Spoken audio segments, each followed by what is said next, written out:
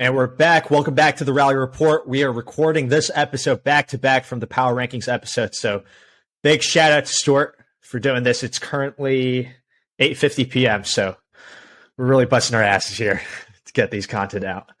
I just got back from Spain 3 days ago now. So it's really, it's coming up to 3 a.m. for me, Spanish time. I'm still adjusting slowly. I really appreciate it. You can't let Stuart have any rest when it comes to being on the Rally Report.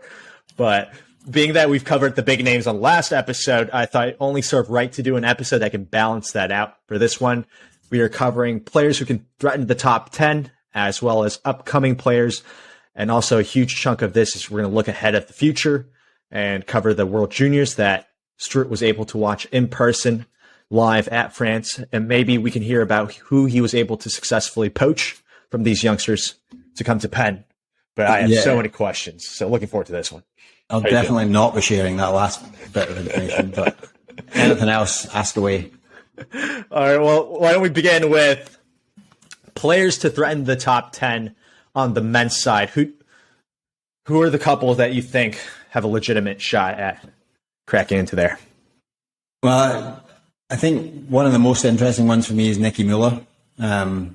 He had a great season last year. He's sort of almost seemed like his chance to crack the top 10 was gone. And then out of nowhere, he has like a breakthrough season at the age of, I don't know what he is, like early 30s, 32 maybe.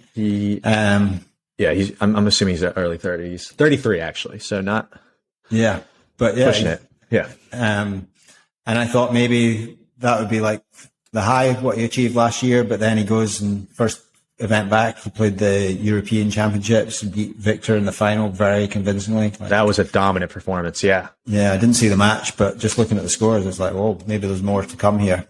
He's someone that I think is going to be interesting to follow. Another player that's kind of on the radar just because of what he did recently is we're recording on the day of the final of the Z Open, and Yusuf Solomon just won it. Again, didn't drop a game all tournament, beat Victor in the final. Maybe that's the secret, like beat Victor in the final. And I didn't know Victor's the... He's the common thread here. Gregoire Marsh could be interesting. Sorry, before we move on, I actually do have a question about Yusuf Solomon. I think he's been really cemented himself in the top 20 for a while now. I never really understood why he hasn't really moved up the ranks before. On paper, everything seems to be perfect for him. He's built strongly. He moves incredibly well. To me, I think he has great technique. He strikes the ball really well, but that's all the knowledge I have. Is there anything you could add on to this of why, what is really missing in his game? I agree with everything you said. Like he doesn't have any real weapons. He reminds me of Marsh. He's another guy, like they're quite similar in stature and build. They're both technifiber players that tend to wear like similar outfits when they play. Apart from the face and the hair, you could almost interchange them. Like they're both very solid technically, very good movers, but they don't necessarily have any real weapons. Like you think of someone that's maybe similar in terms of stature and movement in Dasuki, but he also has a lot more with his racket in terms of his ability to reel off some winners that they don't have. Well, I was impressed with Yusuf in this tournament, and he seemed like he was hitting a lot more positively, not just to the front, but even just in his... I'm always impressed with guys that can hit consistent winners in the back of the court, like just good winning dying length against other top 20 players. Like that's not an easy thing to do, and he seemed to be doing that very well. Even on match ball, like the winning shot against Victor today was just a really good, tight, straight forehand drive. Yeah, playing to the sidewall. And he was doing that a lot. Like he was hitting some winners to the front, but people who's just their basic line and length is really good. That's kind of something that separates players. Were you surprised by today's result in the final against him and Victor? Just because of Victor's sort of earlier round results where he went to 5 in the first 2 rounds. I watched his match against the Hungarian boy, Balas, and He was actually very lucky to escape there. I think he was 10-6 down in the third, 2-love. So that to me was a sign that he maybe wasn't playing his best squash. So because of that, I wasn't entirely surprised. If you told me going into the tournament that they were going to make the final, I would have expected it to be a very close match. I think they're ranked 17 and 18 in the world, so you would expect it to be tight. But just the way that Solomon came through the draw versus Victor, it seemed like Yusuf was playing better squash. Especially, I thought his match in the quarterfinals might have been tricky because El Serti's a guy who I'm actually going to mention as one of my players to watch, but he's been dangerous, and Yusuf sort of dealt with him pretty convincingly. I think one of the games was close, but the other two were fairly straightforward. Yeah. Who else do you have on this list? And also, is Victor on this list on the threatened top 10? I don't think he's going to threaten top 10 this year. I mean, I've no doubt he will eventually, but yeah, not quite. I feel like, so we already spoke about the top 10, and most of the players that we've identified to be in the top 10 are existing top 10 players. And then within the players ranked sort of 11 to 20, you've got sort of 4 or 5 guys that you would say are on the way up and are probably going to improve their rankings this year. And then you've got 4 or 5 guys that are probably on the way down. So I'm thinking like Gawad, it's hard to know. It depends on his body and his injuries, but if his best days are behind him, then he's probably going to move down rather than up, I would say. You've got Sourav Ghosal, who I think will probably move down just because of his age and the stage he's at, although he seems to think he can go higher. I disagree. Miguel, I think I mentioned Miguel in the last episode as my most overrated player. And thank you for reminding us of that answer once more on this episode.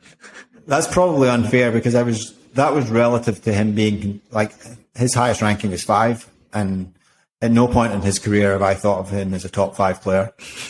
His current ranking is 16, and I think he absolutely is a top 20 player, and 16 to me seems fair. I mean, he was definitely a top 10 player for a while, but I never felt he was a legitimate top 5 player. I do think he's dangerous in terms of when he decides to do so, he definitely has it in him still, it seems, to beat top 10 players.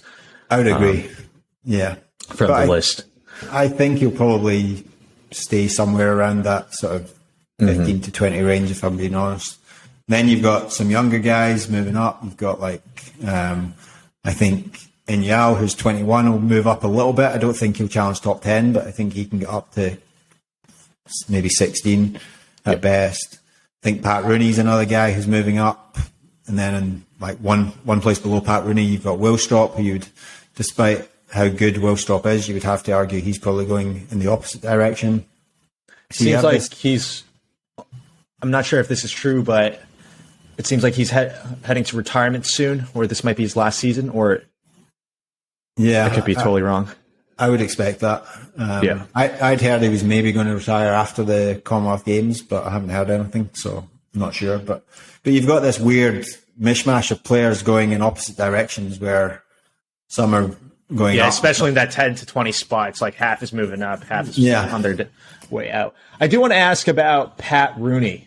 He's gotten a lot of attention in the squash community with his potential, especially that he flashed last year. Where do you think his ceiling is? At the moment, I would say top 15, 16, but not top 10. I can see him falling somewhat. I don't know. I don't think he's been top 20 yet, has he? I think he might have hit. No. Maybe. I think he had 20 as the highest ranking he's ever achieved. And right now he's currently ranked 23. Yeah. So I definitely think he'll get back into the top 20. I think he'll stay there and go a little bit higher. But yeah, I'd be surprised if he broke top 10, put it that way. I see. Would that be it? Should we move on to the women's top threats to the top 10? Or is there any other names you wanted to mention before we moved on? Well, there's a bunch of guys that lower down I think we're going to talk about. But in terms of the threats up at that sort of top 20, top 30 level, then yeah, they were the main guys I had on my list. Okay, well then, how about for players throughout the top 10 on the women's side? Which names have you had on that list? Mostly players that are just outside it at the moment. So if you look at the rankings, there's a bunch of young players just sitting around like 10 through 15. So you've got Olivia Victor, she's 10, but as I've mentioned in the last episode, I actually have her dropping down outside that because of Tayeb is currently 11, and I think she's going to move up. But then you've got Nayla Gillis, again, young player, probably going to keep moving up, but it's hard to see where she's going to move up to. There's not much wiggle room. Yeah, exactly. Yeah. Tina Gillis, probably, if anything, though Tina is one place below Nayla, I actually think Tina is more likely. I think that's, to threaten I agree. Top 10. I've been sold on Tina Gillis for a while now, since the beginning of 2022. I think I've mentioned her a couple episodes in the pod about how I think she's in elite form right now, and I think her potential and ceiling, I hate to say it, is higher than her sister's, and it's being shown right now and with her results. Yeah. And then you have Nada Abbas, who I actually really like Nada Abbas's game. I think she is probably more capable of breaking up into the top 10 than any of those other girls. Mm-hmm. She reminds me of Salma Ahani's, like great technique, really nice, smooth mover. She's 14. Then 15, you've got Farida Mohammed, another young player who's moving up. Probably not quite as nice to watch as Nada Abbas, to put it mildly. I don't know if you saw this, but I found it absolutely fascinating that Farida played a girl. I think she played Miriam Metwali, and she was complaining about her opponent being disrespectful and like pushing her and blocking her. She's like, I don't understand. Like, this isn't the way squash we play. I'm sorry, like, she is as bad as anyone. The guts to say that with the reputation you've built. I found that hilarious. Do you have any insight or information on whether she's continuing her education at Columbia, or is she? I do not. I know they've just had a coaching change with Chris Sackvey. I actually asked Chris this question, and he didn't have any answers for me at that point. I guess no comment for the time being. I think it was just in the first week after he'd been given the job, and it was to be discussed, I think. It's quite the thing. Yeah. So quite the way to enter into a new job, new role. I guess we'll find out when they rock up for the Ivy scrimmage in November, if she's on the roster or not. And then you have a little bit further down the rankings, you have players like Sabrina Sobey, who I still think is more than capable of moving up. I just did an interview with her, and she seems more motivated than ever. Yeah, she's recently left her other job as well to fully commit. I was aware of that. She worked with us at the summer camps at Penn for a couple of weeks, so I spent a couple of weeks with her. And yeah, I mean, every time I see her hit a ball, I just think you can be hired. Yeah, exactly. She's got everything you need to be a top player. She moves well. She hits the ball well. Sometimes feel like she lacks a little bit of belief and self-confidence. But yeah, I definitely expect her to move up back into the top 20. She's been there before, but I think she'll solidify a place there this season.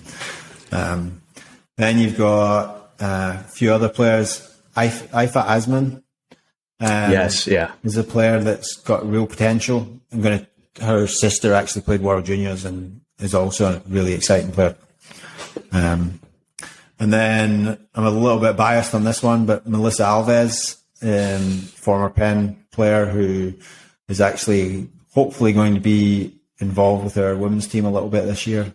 Oh, wow. Is she based?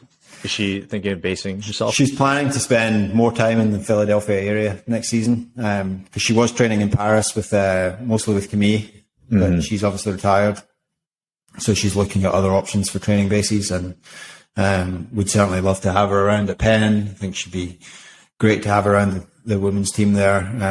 And yeah, did a couple of sessions with her over the summer, and loved working with her. She's got, I love her attitude. Like she's one of those like no nonsense, straight to the point. Like if there's something that you see in my game, just tell me what it is. Like don't sugarcoat it. Just exactly the way I like to work with people. So yeah, I would love to see her do well. I've watched her play a little bit, but I don't know her game well enough to know what her ceiling is. But obviously, hoping to see her do well this season. Yeah. And then a final couple of players that probably, I'm fairly certain they won't get top 10, but I think they can move up sort of 10 spots and get top 20 would be Lucy Turmo and Lisa Aitken. I know Lisa was one of your recent guests and someone I know pretty well from my time in Scotland. I think probably definitely my best episode I've done so far in terms of interviews. Was absolutely blown away with the stuff she was willing to say. She's always very honest and good. I guess it runs in the Scottish blood. It must be a trait. Although, it's definitely not. I know plenty of Scottish people that are not willing to say that. Fence sitters, as we call them. But you think both Lucy and Lisa have the potential to crack into the top 20 at least? Yeah, I think so. Yeah. Lucy's kind of shown it more than Lisa, I would say. Lucy's had some good matches. She had a great match with Joelle King. She's had a few good matches with Joelle, but she had a really good one at the Commonwealth Games. I think with Lisa, it's partly a case of being injury-free. And also, I sometimes feel like with Lisa that she doesn't fully embrace her strengths. Like she's a phenomenal athlete. She moves really well. But I think sometimes she tries to be too much of a shot maker, or she wants to play a certain way rather than just getting the job done. But yeah, I hope they're both players that I would really like to see do well. So here's hoping. One name that I am shocked to not hear from you is Siva. Yeah, well, so much is going to depend on her recovery. So she does seem to be back, as you know, as I'm someone who's very active on Instagram, and Stuart really has been banned for a friendly reminder, even though he hasn't done anything on that app that should warrant that situation. But I should probably clarify that I joined Instagram at the express request of Ali Abu Alanin, and then within 24 hours, I got a notification to say that due to suspicious activity on my account, and I followed 2 people at this point. I had no posts. I had not interacted with anyone in any way. I had followed 2 people when I got banned. So I took that as a sign that Instagram is not the platform for me. I think you should give it another shot. It has to be a glitch in the system, because I mean, unless Ali's out there doing some nonsense, I mean, who knows? Possibly. But I think that does round up for the women's for the threat to top 10, right? Yeah, I think so. Well, now I think we're getting into the meat of upcoming players. I think this is more important because these are the type of players who will usually not get as much attention on the squash media. So I think it'd be great. But why don't we start off with the men? Who do you have on this list that we should look out for? Well, the first one is Mustafa El-Serti. So he's already 27 in the world. He started last year at 72 in the world. Now, if we're going to talk about the rankings a little bit, I think, when we get to some of the guys lower down and how it's such a challenge for them to break into those higher level platinum events. But for someone to go from 72 in the world to 27 in the world is a pretty phenomenal jump in a year. Yeah, he was one of the few guys who actually was able to crack through the flaws in the ranking system and just win all the Challenger Tours for a couple months. And I think that really allowed him to jump up the rankings. Well, that's exactly it. He won 9 tournaments in 2021. So that's one way to bypass the lack of opportunities in the bigger events. But that's just so tough to do. And especially now when you have a situation where there's 4 or 5 guys that are all capable of being in the top 50 that are having to play these events. It's not like you show up and you're the standout player and you win it easily and then you move on to the next one. Right. Like you've got 4 or 5 players that should really be winning these events. Now, the one thing that I think is going to change this year compared to the last couple of years is that I think there's going to be more of those mid-level events. We've already seen like this Z Open that just finished. There's this bronze level tournament. There's not been many of those tournaments on the calendar recently. Absolutely. There's going to be more $20,000 tournaments, $30,000, $50,000, and that's where those players can really make big jumps because the draws are a little bit more open. There's not as many sort of top 10, top 20 players where you just, doesn't matter how well you're playing, if you come up against them, you're probably going to lose and your draw ends. I actually had a question about El Surti. I personally, even though this whole thing is about getting these guys more attention, I feel like he's getting exposed. He doesn't look as agile and quick as the top guys. No, I mean, in my notes here, I've put horrible to watch, which might be unfair, but yeah, I don't enjoy watching him. I mean, behind Asal, he's probably my least favourite player to watch. And it's interesting that they're similar age. They came through roughly the same time. And there hasn't really been many Egyptian players that have played that way in recent years. They had a few players back, like the first sort of big Egyptian player was Barada. He could be pretty dirty. Then they had a few others, like El Hindi had a bit of a reputation, and a few others. But they haven't had many players like that. Most of their top players have been very clean and fair. And then it's strange to me that Asal and El Serti have come through at the same time and basically play the same way, like a lot of taking your space in the middle, shall we say. And he looks bigger than Asal on court. Yeah, I mean, I think physically he is bigger. Yeah. But and you're right, he's less mobile, less agile than Asal. I mean, Asal is so fast and explosive into those front corners, but El Serti is not. Yeah, not to just shit on this guy, but he is an upcoming player. He definitely is one to watch. I do think he has big potential, and he's so young. He can clean all of this up and improve. So I am looking forward to seeing his progress on the tour. But wanted to move on to the next player you had in mind. So this player isn't on my list as such, but I did want to mention him. Is he's currently one place below El Serti, but Mohamed Abogar, who's been off the tour for a while. I did do some research on him, and it seems like he's had a long-standing knee injury. He had surgery back in January, and he's not played since. Mm-hmm. There was an interview with him on PSA, like March or February or March, just after his surgery, saying that he was hoping to be back training over the summer and back playing this season. But I noticed he's not entered in any of the upcoming events. So just wanted to let you know again, Stuart, if you were on Instagram, you would know that he is training, and he has uploaded a couple footages of him on the court. So he does seem to be on the back. From what I saw on what he put out, it seems like he was relatively 80% there. He seems he was moving fine on court. So okay. I agree. I am looking forward to seeing. He's definitely someone who could also die to the top 10 if he's fully back 100%. Yeah, and I hope, because he is someone that I love watching playing. So I hope that he gets back fit and healthy again. Anyway, the next player on my list might not be a major surprise because of the association I have with him, but it's Ali Abu Alinan, who I think he's starting to get more recognition. He's getting a lot of recognition as of late, I believe. Yeah. Yeah. Just won his first PSA event, which actually is a little bit surprising. I think you would have thought that he'd won one before now, but he'd lost in a couple of finals.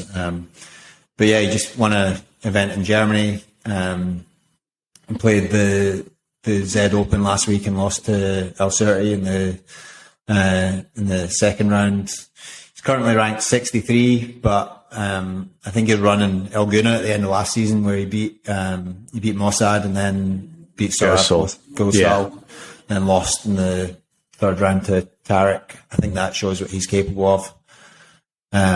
So yeah, I'm obviously excited to follow his progress. He's been back training in Egypt most of the summer, mostly in Alexandria with occasional trips down to Cairo, I believe. Very interesting guy in terms of being completely opposite in terms of the enjoyability of a player when watching. This guy is the model citizen for squash. He's actually struggled. He's played El Certi a few times, and I know that he does not enjoy that matchup, shall we say, which is understandable when you've got one guy trying to play the game the right way and another guy who's maybe not. You know Ali pretty well at this point, and I do want you to take a jab at how far do you think he can move up the rankings in the best case scenario by the end of the season?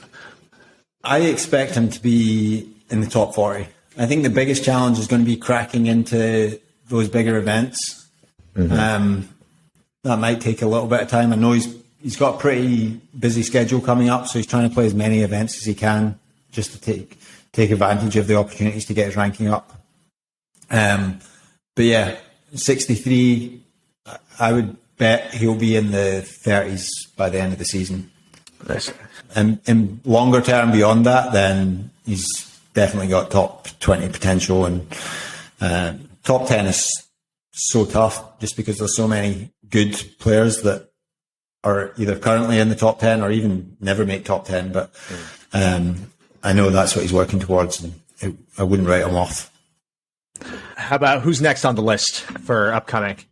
So the next one is another player that I've got some sort of association with, and another player that got a lot of attention over the summer. So number 3 on my list was Rory Stuart, or Rory Stuart, as I would say. But now that Stuart, you called him first. I know our podcast isn't that the podcast I'm doing isn't that big, but you put him on the map first. Let me just say that before this summer hype. Yeah, well. He's always been someone with a lot of potential. I coached Rory for 4 or 5 years, from about the age of 14 to I think 19. And he was quite frustrating at times because you knew he had so much potential. And he wasn't necessarily lazy, but he needed a kick up the arse from time to time. What about his game? What about his potential? What about it did you see back in the day? We're seeing it even now. That makes him so special. He's a very natural player. Like, he reads the game well. His technique's changed quite a lot since when he was a junior, but he's always hit the ball pretty cleanly. Like, most people don't know this, but he's a very, very good golfer. Like, at age 14, I think he was a 2 handicap golfer or something like that. Wow.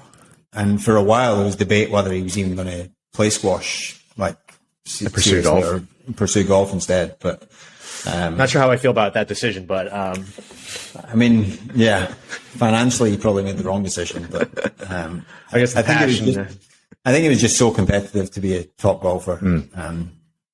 Because as impressive as a 2 handicap is at the age of 14, there's probably another 50 kids like that where he was always number one. There was one other kid that was roughly the same age as him that sort of challenged him for a little while in Scotland, but other than that, he was always the best junior in his age group. But yeah, I think most people saw his results at the Commonwealth Games. He beat Pat Rooney in 5, and then he led in the 5th against James Wilstrop before losing. Then came back and won a medal in the doubles. PJ actually called him the best doubles player in the tournament. Wow. Which is, I don't know if you've played much softball doubles, but that is not an easy thing to do on the backhand wall. The only person that I can think of that is, the best doubles player I've ever seen is David Palmer. And he was equally as good on both sides of the court. Pelly was a pretty good doubles player, but mostly on the forehand wall. But for Rory to be classed as just because you need to be quite creative, you need to be able to use different angles and do different things with the ball, and that's hard. It's a lot easier to do that on the forehand side than it is on the backhand side. But Rory was one of the few players that could do that. Yeah. And he's always, do you think he's going to be? We're going to be seeing a lot of him this season, or is that the hope? Yeah, that's certainly the hope. Exactly the same as Ali. His biggest challenge now is to get his ranking up high enough so that he can get into these bigger events. And then I actually think Rory will excel. Rory is someone that has always loved the big occasion. Like he would sort of lose in the final of some of the smaller events in Scotland, and then it came to nationals, and then he'd have a bit of a crowd, and he would absolutely pump his opponent in the final. Like, no wonder why he performed so well at the Commonwealth. Yeah, and the crowd. I think that goes. I mean, the more people watching Rory, the bigger the stage, the higher ranked the opponent, the better he's going to perform in my book. But in order to get into those big matches consistently, he obviously needs to work his way through the Challenger Tour, and he's probably not done as good a job of that as he could have done. He's done okay in the Challenger Tour, and he's won a couple of events, but I think he would admit himself that he could have maybe got through that phase of the rankings a little bit quicker. But again, he's the sort of person you put him on a court with 6 people watching and the referee who can barely keep the score right, let alone make the correct calls, and he's probably not going to be inspired to play his best squash. But you stick him on a glass court against a top 10 player, and I'm sure as hell bet he'll step up to the plate. Who's the next player you got? So the next one is someone that even I don't know very well. I've just seen his results. I remember him from when he was young, but I've not seen him play for the last sort of 5 or 6 years. But he's done very well recently. So next player on my list is Curtis Malik, who's 75 in the rankings currently. He was only 147 a year ago, so that's a pretty big jump. That is a big jump. He won 6 events last season. Like I say, I don't know that much about his game, but I've just followed his results, and they seem steady and consistent. And I also know, so Andrew Douglas was over in the UK for a couple of weeks, just about a month ago, and he hit with Curtis a few times and came back. I think he hit with quite a few players over there, and he said Curtis was probably the best player he hit with, even although quite a few of the other players he hit with were higher ranked. Wow. So yeah, he's someone I'll be keeping an eye out on. Well, yeah, there seems to be a bunch of English guys around that area who are trying to make that jump up the rankings, but it seems he's the. I mean, Nick Wall would be another one. Yeah, Curtis. What I remember of him, this was a while back, but he was very clean, good ball striker, and yeah, he was good to watch. I hope he gets into some of these Squash TV events in the near future and get a chance to see him. From what I know of him, because I've spoken with Ali Hussein, he was telling me how physical he is and how much of an engine he has on him, which makes it tough to wear him down as one of his strong attributes. So a little bit more about Curtis Malik and his game. But who's next on your list, Stuart? So final player, again, probably not the most impartial list I've ever come up with in my life, but number 5 is someone that I've worked with all summer, and probably sent more texts to this person than my girlfriend, but number 5 would be Andrew Douglas. That is a little problematic, that texting. But I know Andrew's trained really well this summer. He's didn't have a great end to the season just because he was under a little bit of pressure to get his ranking up from US Squash to get on their funding. So he ended up having to play like 7 events over 9 weeks. And he did win one event. He beat Nick Wall in the final in Dallas, which was a good win for him. I know we spoke about that briefly, but that was honestly pretty great to see. But also finally, Stuart's giving some Team USA some love on his list. I think this is the first time he's mentioned in a positive manner of. But yeah, what about Andrew's game that are you excited to see? I mean, I am also such a huge fan of his game. Yeah, well, I mean, I think if you want an indication of the level that Andrew and Ali are at, you just have to look at the 4 best players in college squash last year were probably, well, certainly Youssef, Ibrahim and Victor, who are both well established in the top 20 now. And then probably the next 2 players, certainly individuals, these were the 2 losing semi-finalists, were Ali and Andrew. I think you can probably throw Marwan Tariq into the mix as well.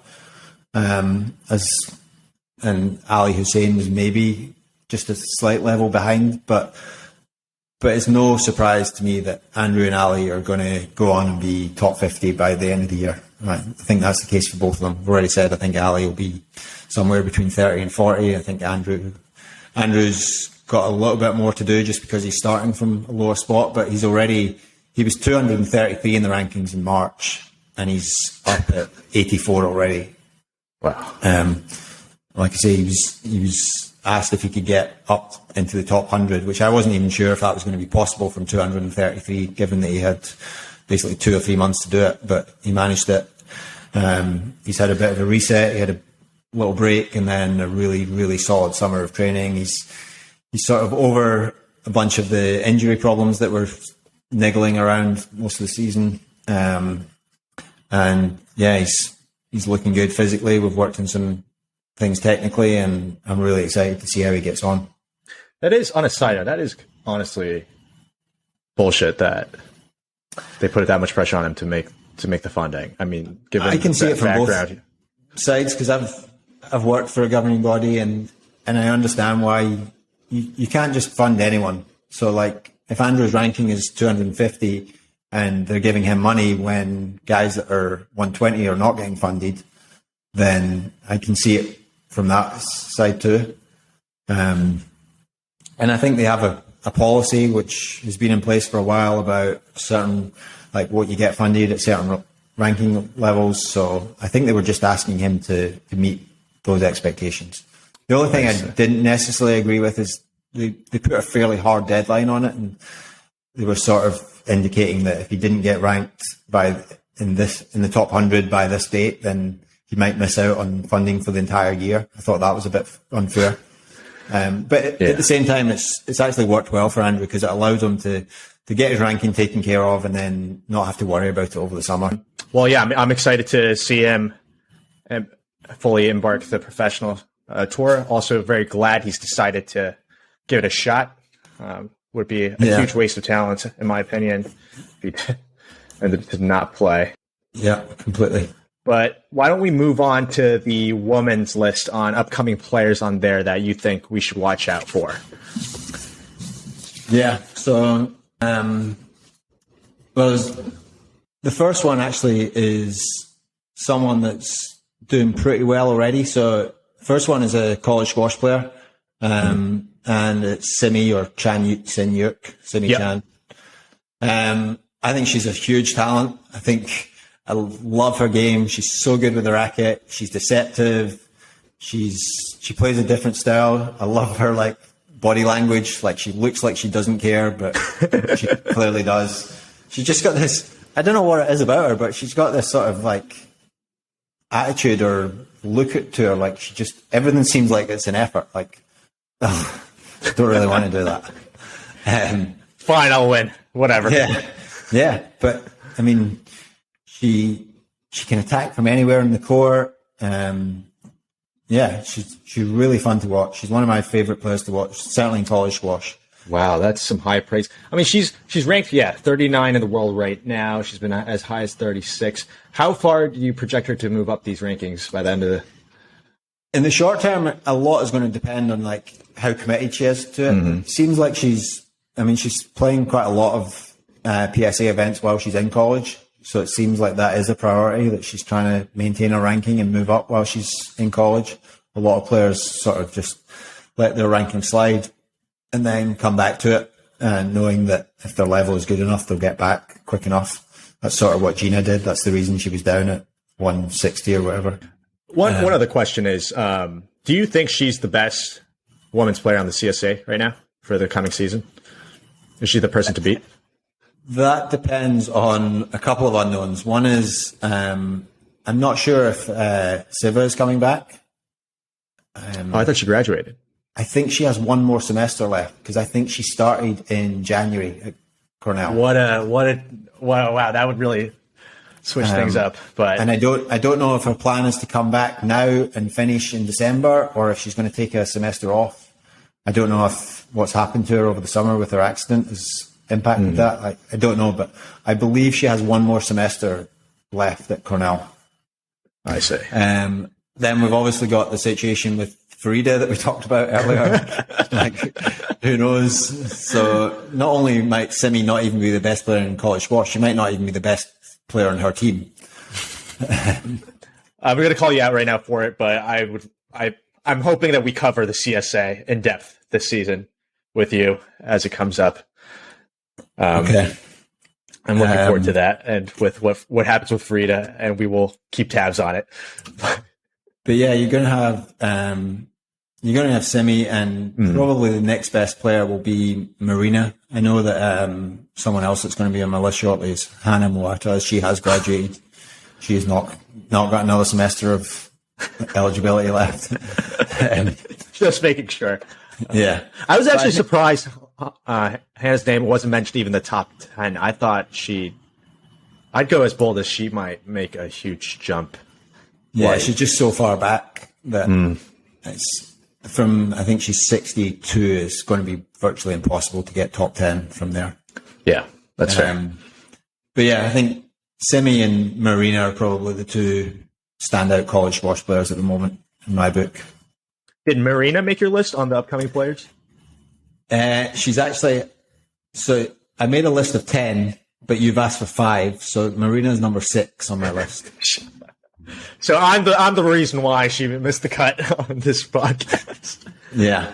I substituted her in actually after her performance at Zed. Yeah. I was shocked with her result.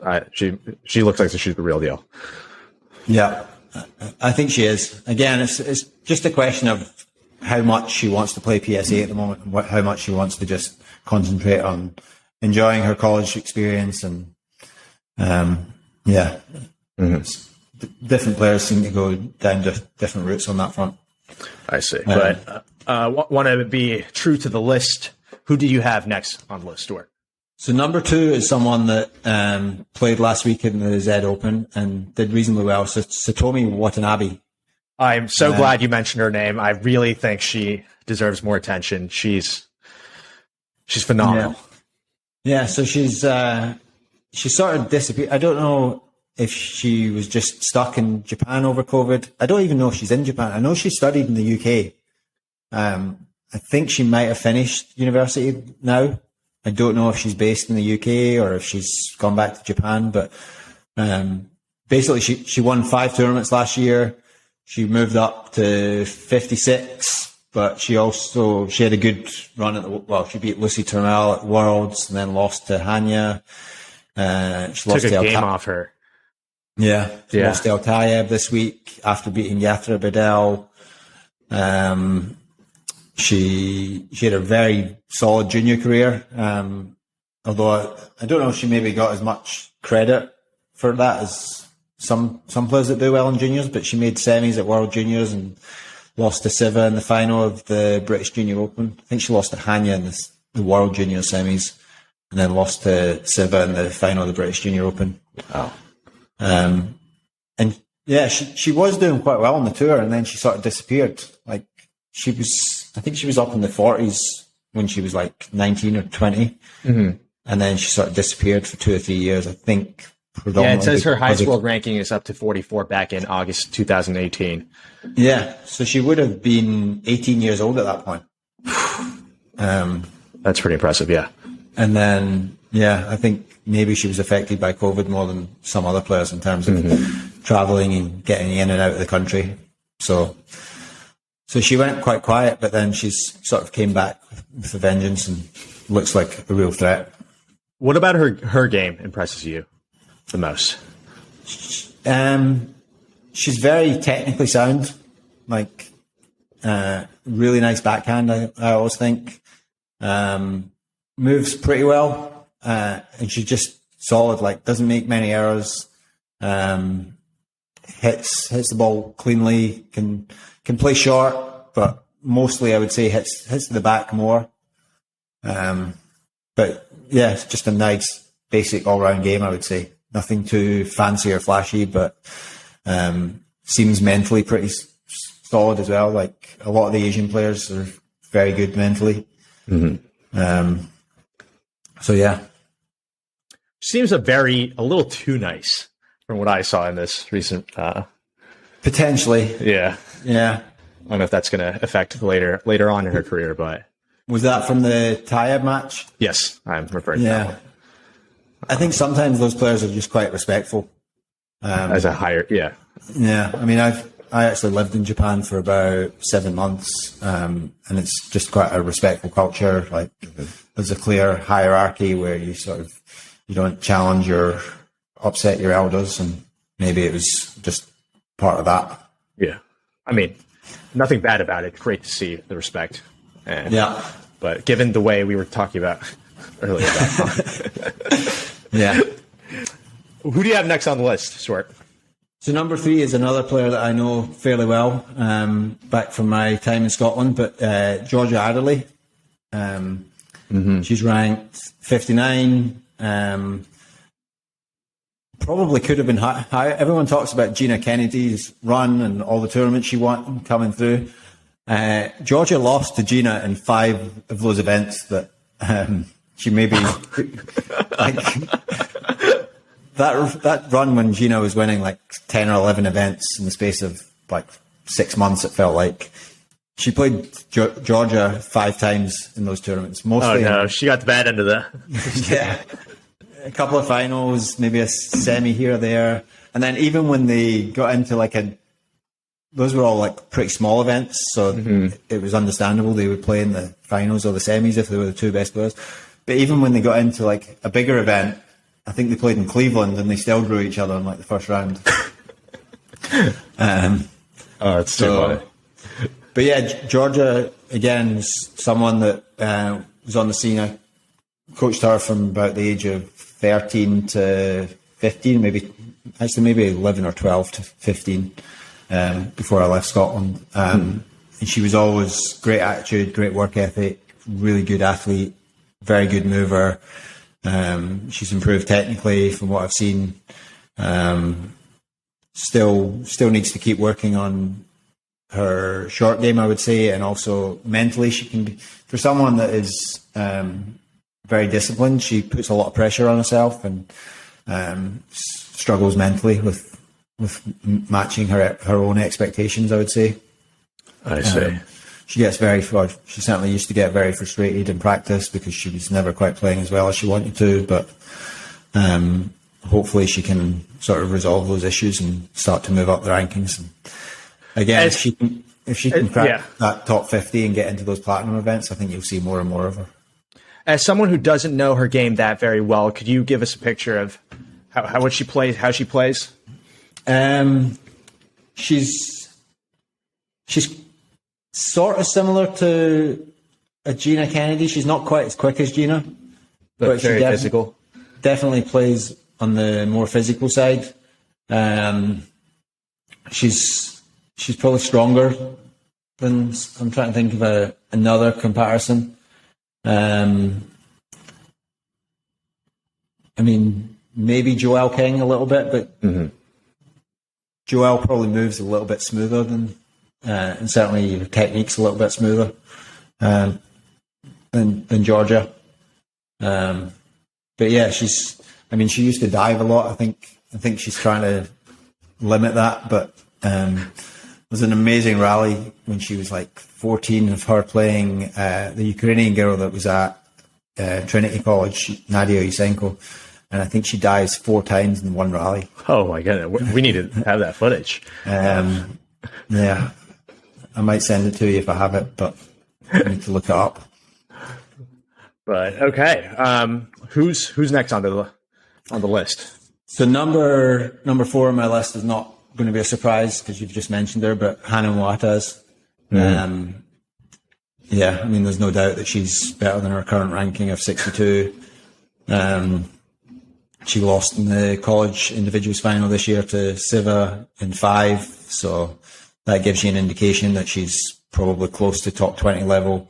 She actually beat Siva in the semis of the individuals the time before that, and then lost to Gina in the final. So again, another indication of her level. She's now finished at Harvard and playing full time, so I expect her to move up the rankings pretty quickly. Not quite top 10, unfortunately, Sean. I don't know. She's my pick. I even think this week was testament to really putting her name on the map with her losing out to Neela Gillis in 5, 11-8 in the 5th game. And I honestly thought she was going to beat her. But, yeah. She's interesting to me because she's not got the type of game you traditionally associate with the Egyptians. Like, she hits the ball. I mean, I guess a lot of the Egyptians hit it hard, but she doesn't have a lot of attacking flair. It's not that she can't attack, but she attacks in a fairly structured way. She relies on her line hitting. And, exactly. Very disciplined in terms of how she plays. But yeah, I just think she's going to be a really tough player to beat. She's going to be someone that if you're sitting around 20 or 30 in the world rankings, you're not going to want to draw her in the early rounds of a tournament. So, yeah, she'd be my next pick. Awesome. And to round out that 5, who beat out Marina. So, position. Yeah. And she's actually, this player is ranked below Marina. There's a little cluster of players all around this. So you had Georgia Adley at 59 in the rank. Well, you had Satomi at 56, Georgia at 59. Then you had Marina at 61, Hannah at 62, and this player is 63 in the rankings. And it was a girl who just won the European Junior Championships. She didn't play the Worlds because she was too old, but Katie Malaf. I've heard a lot of buzz around her, actually. Yeah. And I've seen her play a number of times. I actually saw her train this summer when I was back in the UK. She's coached by Rob Owen. I was lucky enough to go and spend a day with Rob when I was over in the UK. Oh, wow. And he had Katie down and doing a session with her. And yeah, she's a really nice player. I also saw her play at the British Junior Open in 2020 when she beat Salma Al Tayeb, who just made the World Juniors final. And yeah, she's had a bit of a slow start on the PSA Tour, but she's slowly worked her way up to 63. Like I say, she won the Europeans in April without dropping a game, I think. So I expect her to move up the rankings. Well, I guess that rounds it up for the top 10 threats and upcoming players. And now really to the gist of today's episode that I think is going to bring up fireworks is the recent World Juniors. And as mentioned at the introduction, Stuart was there in person, which I think gives it another level of insight of what went through that event. Why don't you talk us through how you felt about the event in total and any of the happenings? Yeah, I thought it was a good. I mean, it was great for the players to finally have a World Juniors after 3 years without. I think it was interesting that the reigning World Juniors on both the men and the women's side were Asal and Hanya. So that's how long ago it was. And they're in our top 3 power rankings for that. Yeah, well, they're both ranked number 3 in the world, and probably only going to go up from there. So yeah, it was good to see high level junior squash for the first time. I mean, there hadn't really been a major international. There's been no real British Junior Open in the last couple of years.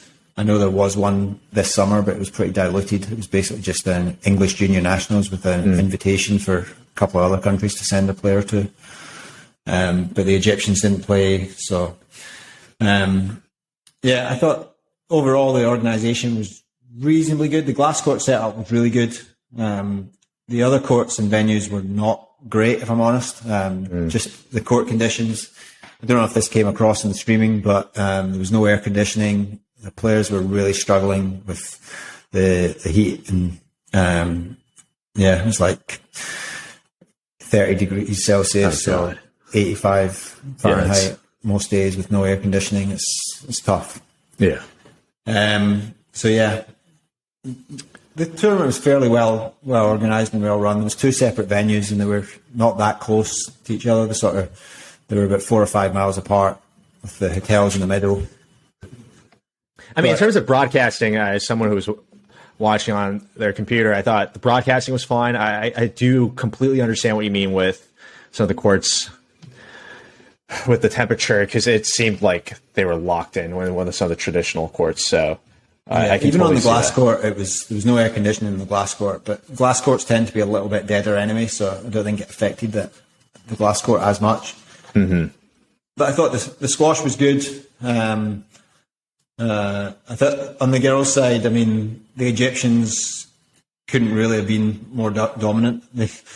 Egypt sent 6 players, and they finished first, second, third, fourth, fifth, and ninth. And the girl that finished ninth lost in the last 16 to another Egyptian, and then won all our other matches. So it was inevitable for her.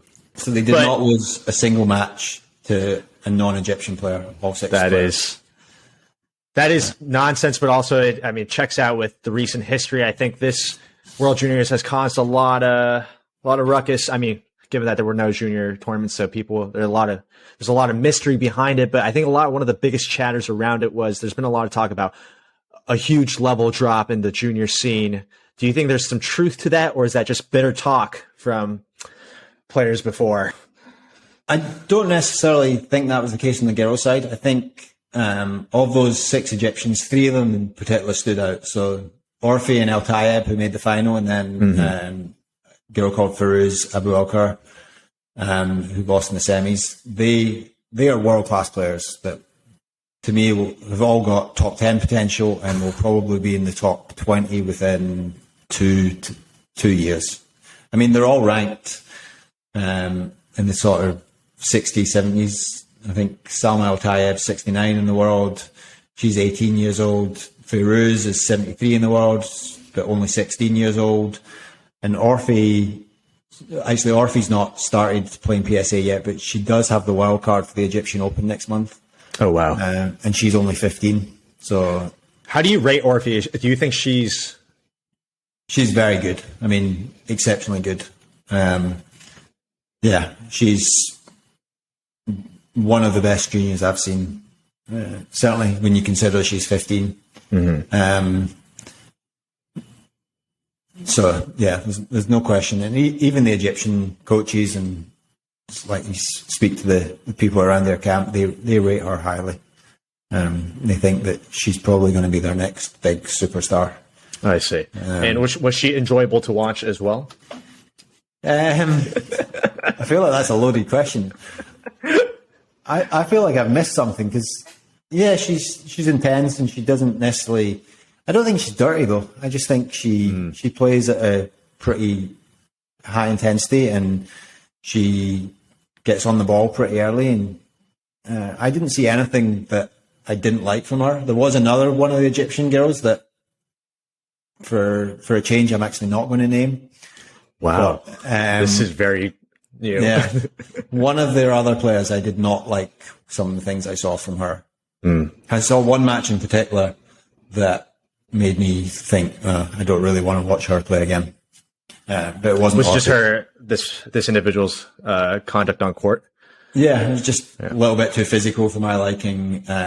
Like, I don't mind when players are pumped up. I do think there was a bit too much of that, like fist bumping and yelling and screaming in your opponent's face type behaviour. Whether I'm never sure if it's intentional or not.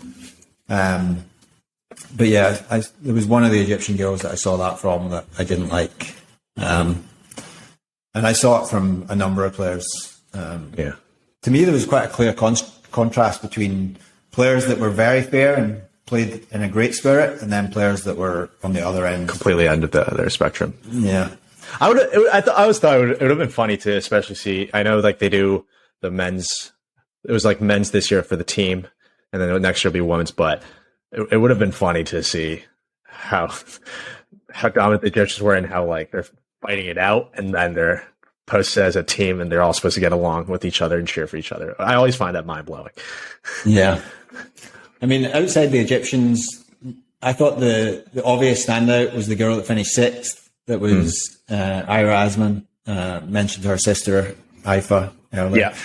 But she's a classy player, 17 years old, really composed, like very, just complete contrast to what we were just talking about with the like yelling and fist bumping. Like she's someone that should be very proud of the way she plays. And most of the Malaysians, to be honest, are like that. They're very respectful. I really liked watching them. The boys as well. The boys number one is someone that we tried to recruit at Penn on. Unfortunately, it didn't work out, but I would have loved to have had him on the team. I think he's going to be at Trinity as a freshman this year.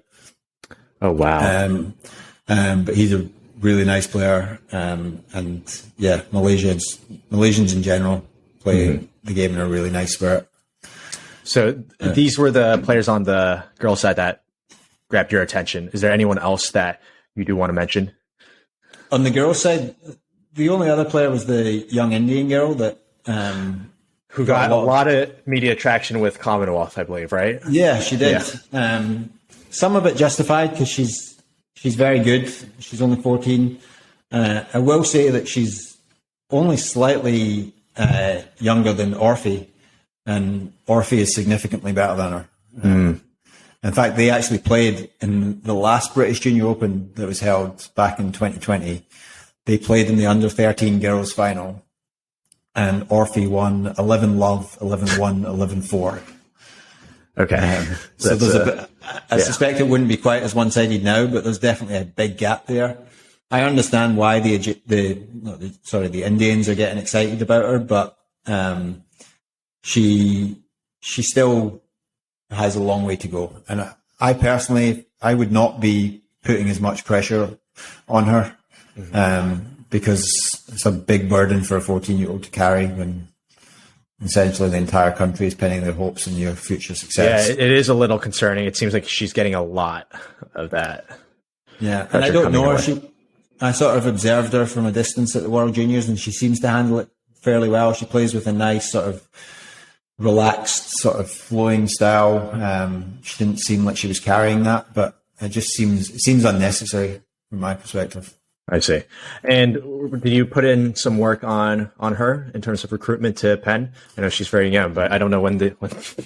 She's still too young, I think. I don't know when, but I think it's still a year or two away. I know that her sister was is at Harvard, so. Oh, wow. That might be an unfortunate connection. But yeah, her sister is Amira Singh, who I think was a freshman last year at Harvard, but just finished on their team. And then on the boys' side, the most obvious thing on the boys' side was just how, in complete contrast to the girls, how Egypt weren't as dominant as they've been in recent years. I mean, arguably the weakest they've been for who knows how long, like 30 years maybe. It was the first time they didn't have a finalist since 2002, I believe, when Will Strott won it. Oh, wow. I did not know that statistic. That is... Yeah. And I think it's only the second time they've not had a final since 1992.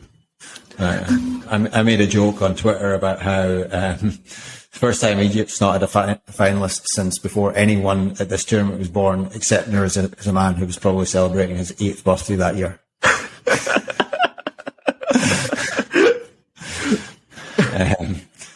But yeah, that's I mean, despite that, they still had arguably the standout player for his age, was the young 14-year-old Zakaria who reached the semis. What did you think? How were you incredibly impressed with his game? Or yeah, I actually knew about him. I'd seen him play before. I was over in Egypt in March, and I watched him play there. And then he's actually improved even in the 6 months since then. He's got a little bit stronger, and he lost in the final of Nationals back then, but then he ended up, the boy that beat him in the final of Nationals, he beat in the round of 16 at Worlds. So wow, yeah, he's had a very impressive run in this tournament. Yeah, I was actually surprised though that the Egyptians played him in the deciding match of the final.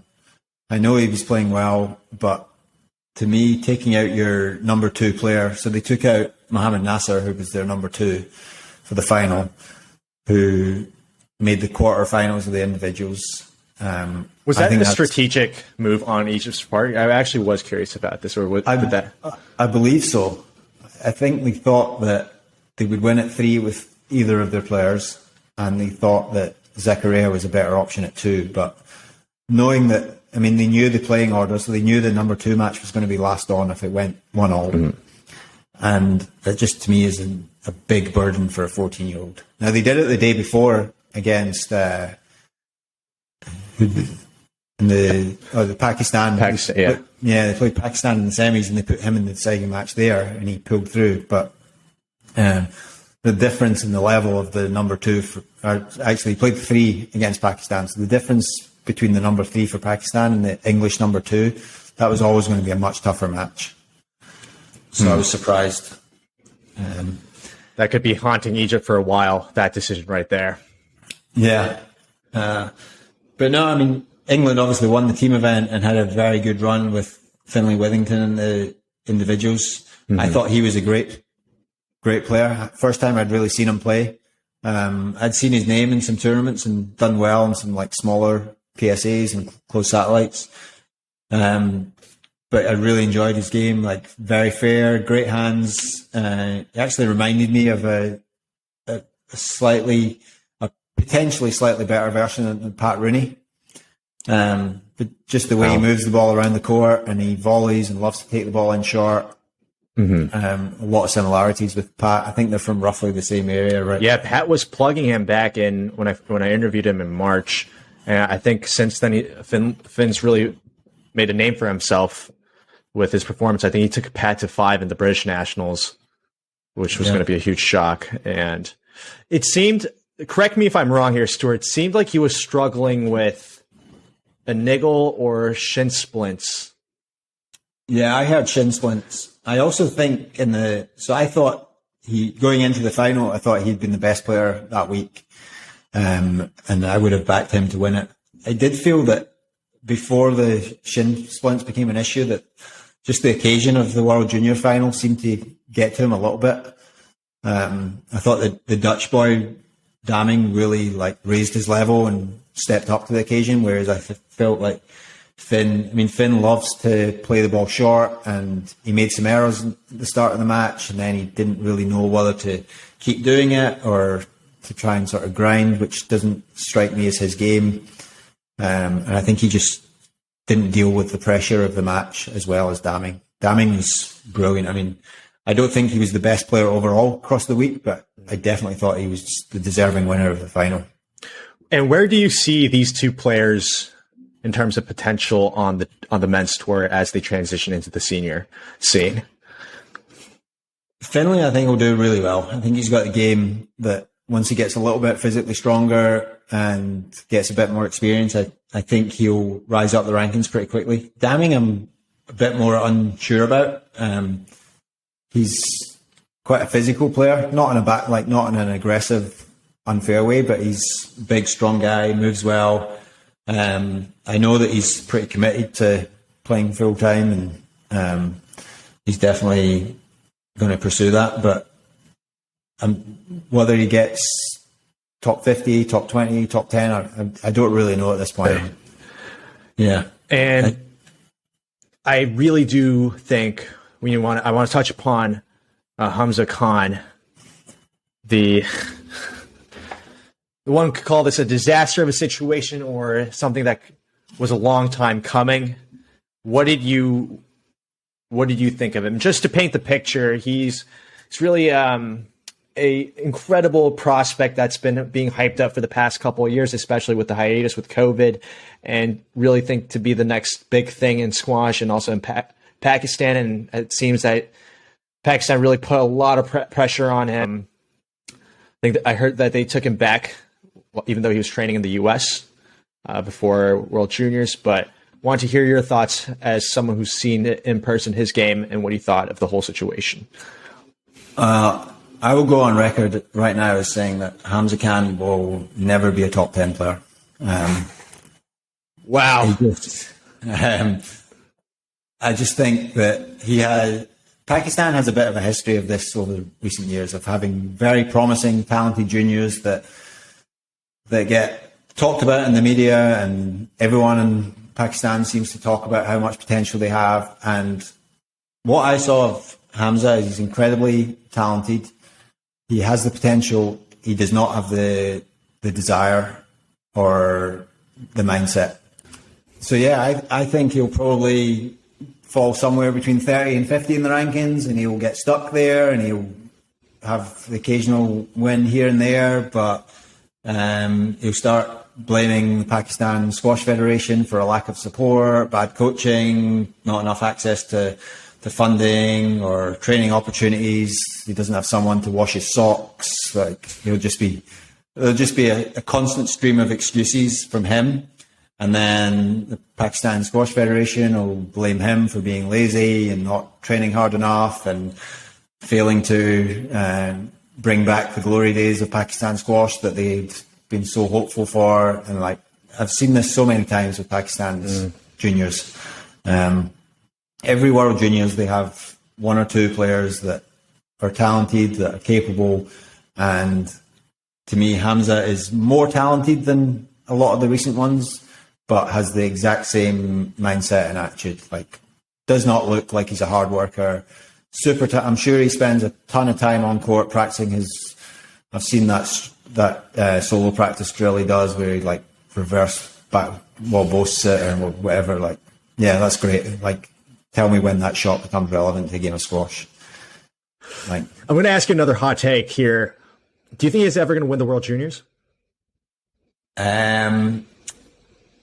Potentially. Has he got one more or two more? I'm not sure if he's 16 or 17. He's 16, so it seems like he has two more. So yeah, potentially he could win a World Juniors, but I think. But we also know that there's always, controversy with Pakistan players with their age. Yeah, he didn't look too old. The other one, yeah. Nur Zaman, like I said earlier, looks significantly older than 18. Yeah, I was surprised he didn't bring his kids to the tournament, but some questionable play on their part, and they're notorious for. Well, this probably wasn't publicized, but you want to hear some questionable play. So yes. Prior to the team event, you have to list your playing order for your team. The Pakistani Squash Federation put Hamza at 3 in the team event.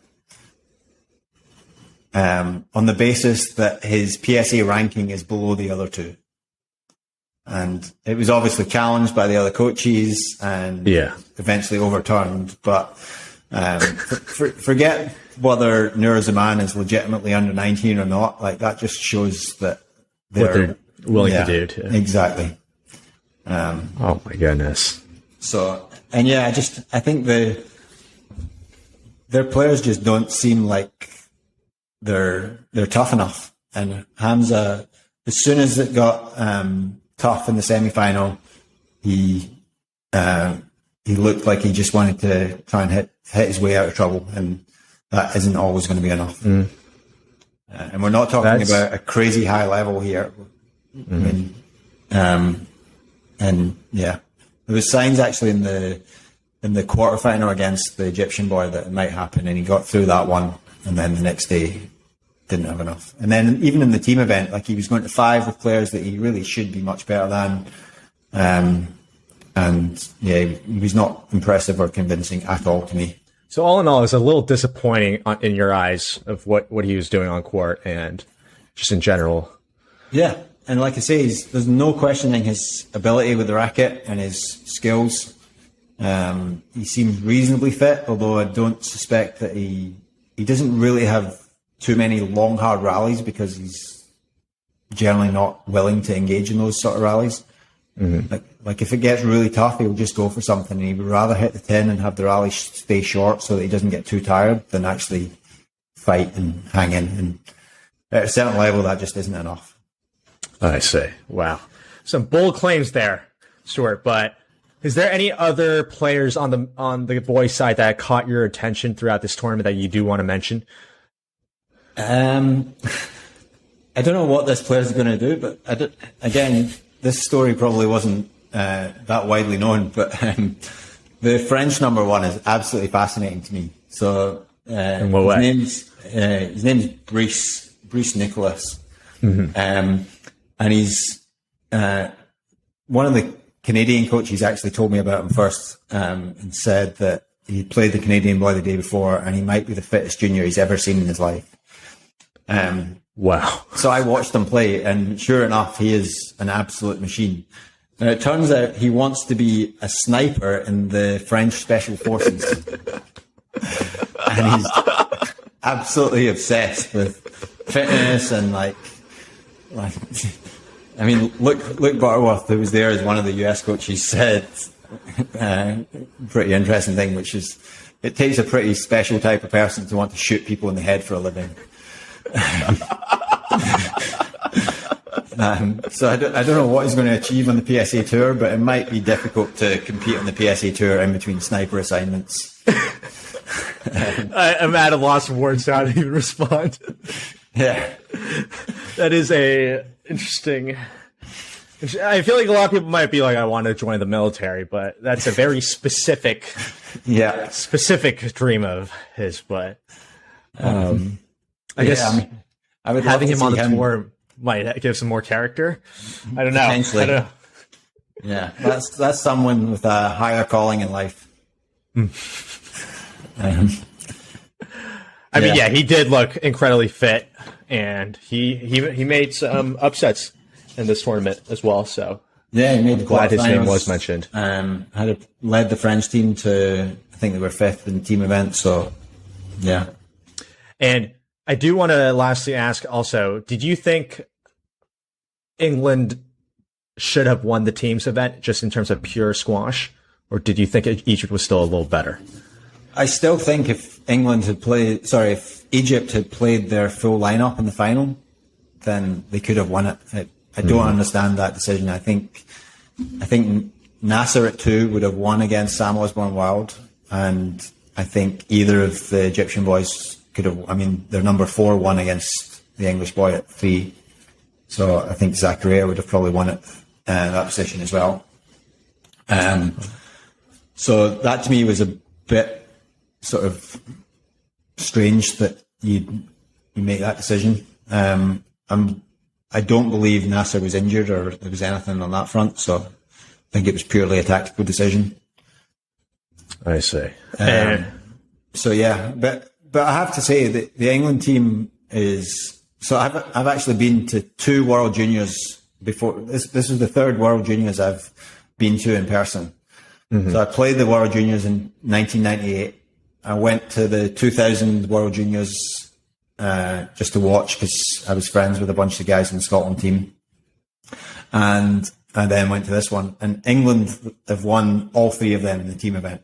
And the only time England have won in the last 24 years are those 3 years that I've been there in person. I think this might be the most important statistic you've dropped on us all episode long. So if England squash want to pay me a consultancy fee for the next World Juniors, then I'm happy to accept. It's a guaranteed win. There's no doubt about it. No, but it was a very good English team. I've already mentioned Finn, how highly I rated him. Sam Osborne-Wild is solid at 2. He'll do okay, I think. I think Jonah Bryant, who's quite young, I think he might be 17 now, but he's just turned 17. He's a very good number 3 and a very good prospect for them as well. He's someone that I would say if he only has 1 more World Juniors, he might struggle next year. But if he gets 2 more, he could be looking at maybe making semis in a couple of years. But yeah, he's along with Finn, he's one of the better English juniors I've seen in the last sort of 10 years. Oh wow, that is high praise because they do have good juniors that come through the program. Yeah, and they played it in the right way. I mean, they've had a few players, I don't know if I should name names, but they've had a few players in the last 10 years that haven't been the cleanest. Some of them are on the tour at the moment.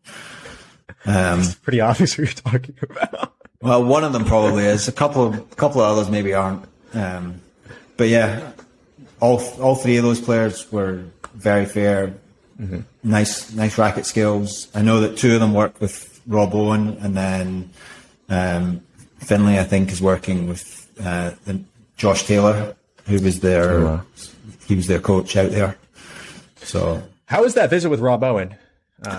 It was fascinating, yeah. So my girlfriend's been working in Birmingham because she was part of the organising committee for the Commonwealth Games. So I went over to visit her, and I knew that Rob's club was only like 6 or 7 miles outside of Birmingham. So I'd I knew him a little bit.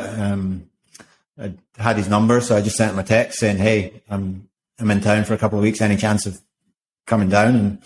And believe it or not, he said, "Yeah, sure, come down on Monday." So I went. The 3 players that were at the session were Katie Maleth, who I mentioned, and Sam Osborne-Wild and Jonah Bryant, who I just mentioned.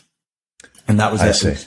It was just those 3 players. Got to see the session that he did with them that went on for about, I mean, if you know Rob, he loves to talk. So I think the session lasted about 3.5, 4 hours, of which they probably play squash for about an hour and a half, and then he talks for the other 2 hours. But very informative. Like, I can totally see why players love working with him. He's very detailed. Went a lot, and then was lucky enough to get an invite back to his house for lunch, which I've been told by people that know him means that he likes you. So obviously I didn't say anything to offend him, but invited me back, and I went back. Jonah Bryant was actually staying with him, so the 2 of us went back and had lunch, and he's just a fascinating guy. So really enjoyed it. Awesome. Wait, before I end it, I do want to say, I know you said you can't reveal any names, but can you just give me a thumbs up or thumbs down on how the recruitment went over at World Juniors? I mean, it was definitely positive. I was there recruiting for both teams, so our women's recruiting class for next year is complete, so we didn't have any spots open on that front, but it was just good to see high level junior squash and to see what the level is like out there. I've been to a bunch of the JCTs in the US and US Junior Open, and I felt like I had a pretty good handle on like what the level was like and who the best prospects are. But until you see the Egyptians in the mix, you never really know how they compare. Yeah. And like I say, on the girls' side, they're quite a bit behind, I would say. The rest, not just the US, but the rest of the world. And on the boys' side, they're actually closer than they've been for a while, the rest of the world. Oh, you think in terms of US, do you think the boys? US, I'm not sure this is the strongest group of US juniors there's been. I think the US had some really good teams like 4 or 5 years ago. Right. Like around Andrew Douglas's era, Sam Sherrill, Spencer Lovejoy, Timmy Brownell, like those guys have all gone on to be good, very good college players, and now amongst the best players in the country. And I don't know if the current group necessarily will be as good as that. Even just if you look at the results, like the US made the semis and got third a couple of times, and then I think this team did finish 7th, which is still respectable, certainly better than they were doing 10 or 15 years ago, but it's probably not at the level that the teams of 5 years ago were. Well, so they're solid, and the depth of US squash is very good. Like,